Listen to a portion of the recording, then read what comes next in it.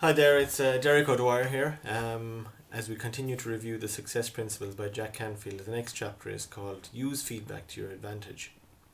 I was working with a client last week and he was telling me about a young intern that he had in his office. And the young intern had come to him and said that he felt as though one of the older members of staff was being overly critical of him. Now, that may have been the case, but at the same time, the problem that I had with this intern was that he just was not open whatsoever to receiving any feedback or to receiving any pointers that he may or may not have been in the right direction, going in the right direction. Now, this was worrying in one sense, in that this was a 21-year-old guy who needed to learn, who needed to get the life's experiences, and yet when the one person who was there trying to help him, he decided that he knew better. Now, that doesn't bode well for his future if he has closed off his mind to learning. So it's been said before that feedback is a breakfast of champions, and in that instance, what we said to the owner of the business was to say, okay, why don't you understand more about the way that these two people communicate with each other, because it probably is just a communication thing.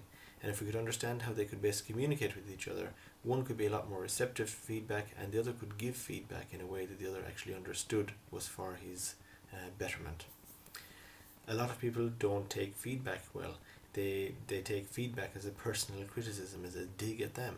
But feedback should be used to say, okay, what did I learn from that experience, and how can I use that learning in my next experience so that I don't make the same mistake again? If you're open to feedback and you see it as constructive development or constructive feedback, use it. And that's very important.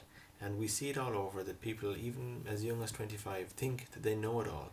If you think you know it all, it's basically saying, there's nothing more I can learn. I've learned all there is to learn, so feedback means nothing to me. So you have to have an open mind. You have to have an open hand for feedback. What can you put in a closed hand? Nothing. Or in a fist? Absolutely nothing. So open your mind to receiving feedback, because it is, as the saying goes, it is the breakfast of champions. So that's it on the chapter on feedback. Welcome it, use it, learn from it, and make your path towards success a lot more achievable and a lot more enjoyable as well. Okay, thank you very much.